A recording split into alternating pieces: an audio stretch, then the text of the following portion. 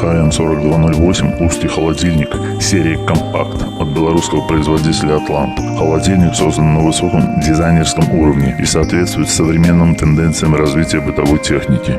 Теперь с новым наружным и внутренним дизайном можно по-современному решить проблему небольших кухонь.